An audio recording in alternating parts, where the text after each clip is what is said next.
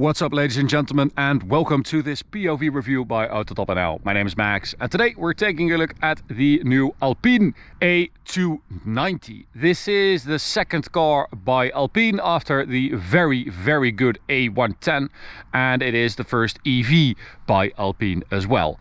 It is based on the new Renault 5 EV hatchback, and it is supposed to be sort of a hot hatch EV that is going to bring back hot hatches, because the hot hatch is kind of dead. There are a few left still, but it's nothing like it used to be, and that is a shame because hot hatches are really cool. They're practical, they're really usable in daily life, and they're quick and fun. So today I'm going to show you around this ALPINE A290. We'll take a look at the exterior, which I think is very successful.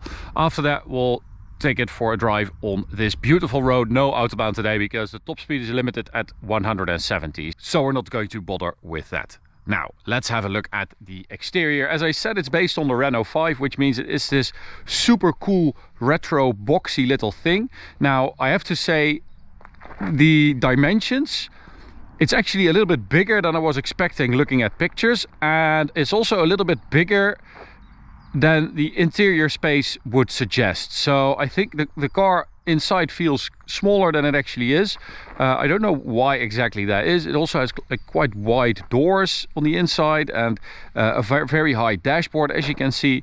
But I do think that it is a super successful design because I really like this modern retro thing. I think it's easy to sort of get people excited for it, also to give little cues to the past, like these X DRLs. You've got sort of this, what is that, like a projected or something like that in the headlight, the X, and you've got the two X's here, which of course is a reference to the older Alpines, but also to basically to rally cars with the taped up headlights, or race cars in general. The ALPINE also gets a different front bumper, which is a little bit more aggressive with these slatted intakes and stuff like that. A little bit of a vent here that is actually functional because you can see my finger over there. So that is actually good. It's open. You've got this little plaque here, this little window on the bonnet, which is a little reference to the Renault 5 Turbo, I guess, which had an intake, or like an intake vent on the bonnet there. So yeah, I think it looks really good. Let me know what you think in the comments. Wheel wise, we've got these 19-inch wheels. The A290 always gets 19-inch wheels, but you have this design available and the, I think it's called the iconic design with the squared off wheels. I'll show a picture right now. It looks super cool. I love that. I think the boxy thing that they are just really embracing with this, I think it works. Behind that, we've got pretty good brakes actually, and some parts come from the A110. You've got different suspension, so spring and damping, and anti-roll bars compared to the Renault 5.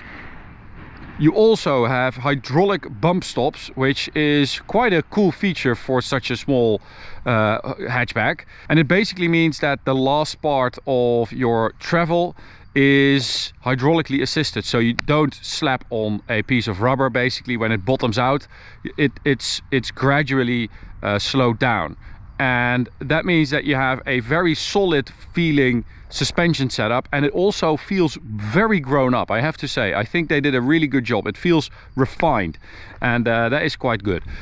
Pilot Sport 5S tires on the car as well, with that lovely velvety edge, super nice. A couple of ALPINE logos, and you've got this black strip running all around the car actually, so you know, you can see it in the front bumper there, and then the wheel arches are nice and wide, and then you've got the side skirt, which is nice and wide, going into these wide arches at the rear. I think that looks super cool. This of course is also a reference to the Renault 5 Turbo, the wide body, super nice. Headlight design, I think it's very cool and retro looking, a little bit funky. I think the rear is also really cool. I think it does sort of awaken this nostalgic feeling with me, and I think that's their entire goal, and I think it's very good, very well done. Little ducktail spoiler here, as Alpine calls it, and this is the A290 GTS, as you can see, so that's the more expensive and powerful version. This is 220 horsepower, and the GT has 180 horsepower. Boot is not bad in this segment. Rear space is pretty bad. So this is, well, pretty bad. That's not really fair because it's not a big car. So rear space is limited, but the car is also not that big. So, you know, don't expect to have 4 adults with luggage in this car going to I don't know, the south of France. I don't think that's realistic anyway, but yeah, there you go. It's actually not that bad. For a couple of kids it would be great. Charge port over here. Charging is at 100 kilowatt DC charging, 52 kilowatt hour battery, 380 kilometers WLTP range. That's not really realistic in the real world. So I just spent 36 minutes at a charging station going from 16 to 84%. And I end up with a range of 245 kilometers. So this kind of dampens my enthusiasm. However, when you get in, the enthusiasm is back, because this is actually a really good cabin. I love the way they did this. It feels very premium because you have this GTS version. You have this blue and light gray Napa leather around the cabin. Super soft. It looks beautiful. It's really good quality. Nice stitching as well. And it's all around the cabin. It's on the doors, on the center console. You've got a little bit of this like soft touch plastic on the dash, but you've got more leather here, down here even. This is like really good. These seats are specific to the A290 as well, and they are very good. Quite soft, still pretty good bolstering, I would say. I mean, it's not really groundbreaking, but it's a good seat, and I like the design as well. It is a little bit too high though, which is a shame, but that is mainly because, I mean, yeah, you can see how high my seat is actually. I don't know if you guys can see that, but this, I'm actually sitting quite high up for like a hatchback, but that is because, you know, you have the battery in the floor. So you've got a dual digital display here with a lot of, I don't know why, but a lot of like triangle animations, which it's quite busy. It's not really that easy to read, but this system, this is pretty good. I mean, this is a lot better than the things that the VW group is doing nowadays. And then you have physical buttons for the climate, which is great. You've got your gearbox things down here, which is similar to the A110. And then you have shortcuts for the heated seats, heated steering wheel. This is good. This is a good layout. Steering wheel as well with some buttons. It's not touch based, so you don't hit them accidentally, but it is like you have to click them, which is good. Driving modes down here, so we'll switch to sport, and then you've got your recharge here. So this is the regen, and you can switch between 3 settings and off. 1, 2, 3, yeah, 3 settings and off. I always have it off because I think it's much more of a natural driving feel. This is even illuminated. Look at that. That's nice. Alpine there. I mean, interior quality. Oh yeah, you also have this like waffle thing going on the roof, which is also quite nice in this fabric. I think interior quality is really good. I really like it. It feels expensive, more expensive than it actually is. You also have this overtake button on the steering wheel, which is not like a boost thing, but it basically gives you full throttle no matter where your pedal is. So if you're driving at half throttle and you hit that, you go full throttle. But you could also just do that. I don't really understand it. It's a very gimmicky gimmick. Yeah, anyway, let's go for a drive. So we'll get the car in drive, if that's allowed. Yeah, there we go. And we have traction control over there, so we're going to press and hold that button, which apparently is going to turn off the traction control and the ESC. Oh, you also have all these like live data things and telemetry and stuff like that going on, which also looks really good. It's a good like screen. Everything, it's clear to read, good graphics, quick refresh rate, responds well. So this is all very nice. All right. So we've got 220 horsepower, as I said, 300 Newton meters of torque, and it weighs 1480 kilos, which is not that heavy for an EV. It's also not light, you know, for a car of this size, but for an EV it's not bad actually. That's just weird. Why would you have that? At least give us a little bit of boost, like 20 or 30 Newton meters. This is just... So when you drive off, I actually think like it's a good feel. It feels nice. It feels nicely made. It feels well put together. The suspension especially feels really solid. You have a little bit of fake sound, but it's actually a recorded sound of the electric motors, and then they clean that up and they play it back. So you also have a little bit of a drop in like revs, which is good. And you also have a launch control, so for that you just stop in sport mode, foot on the brake, full throttle, OV button, and then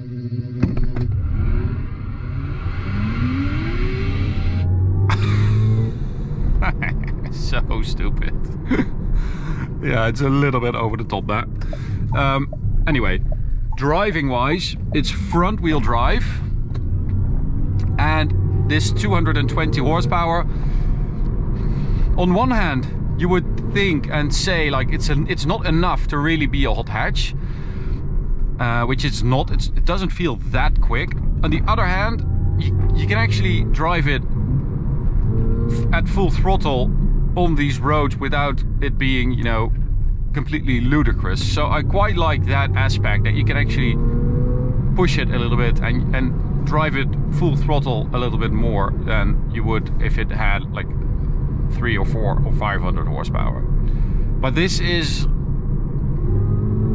yeah, I think the time that just power and speed were electric cars only, you know, the one trick pony, I hope that is over, because cars don't necessarily improve with more power, especially when you're just trying to have some fun in a car. We're just going to turn right because I don't want to spend time behind that bus.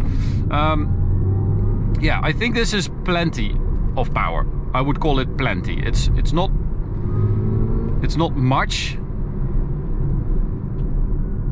It is enough, I would say.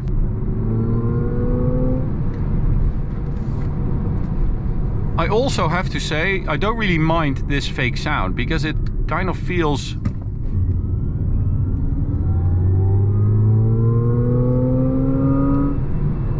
It feels pretty natural, and it's not too loud. Oh, this is kickdown, so you have OV over there, so that's the overtake, and you have a little bar. And you get a limited time, so the bar is decreasing there. But that is just, I mean, I'm not getting overboost, so why is that depleting? I should always have the full power, right? Or am I missing something? I don't know. So 0 to 100 claimed 6.4 seconds. I did 6.5 earlier. And well, steering is, it's a bit weird. Just around the center, there's nothing there, as you can see. But then when you go beyond that, it's quite darty. There's not a lot of feel in there, but it's quick enough to sort of give you an idea that, you know, a lot is happening. So it's not bad per se, it's not really giving you a lot of feedback, which is unfortunate. And that's kind of where it leaves me. Is it a hot hatch? I don't think so. I don't really think so. I think it's a capable, quick, comfortable little hatchback. Er is een quickfoot 9,5 kilo. That looks like a hot hatch. It looks cool. I think they did a really good job on that, but I don't really feel inclined to push it. You know, when I'm on a road like this, it's just more like this, swift driving, smooth and swift, but it doesn't really challenge me or get me in that hot hatch state, that little bit of a hooligan feel that you get. It really doesn't. And I also think that maybe they needed it to be this comfortable to also appeal to, you know, EV drivers, customers that are going to use this car probably around town for the most part. I do like the brakes. They are brake-by-wire, and the goal was to don't have, you know, that noticeable switch between regen and real brakes, which, for instance, in the Cupra Born VZ was a real issue. That was just horrible. We had that car for 3 months and I could not get used to it. This has none of those issues. And I do like the car as a quick hatchback. It's quite capable. It doesn't really ever get exciting. And also I also just end up at the same conclusion as I always do in a sporty EV. Is it worth it depleting your battery so quickly just to drive fast for, you know, a couple kilometers? It goes down so quickly,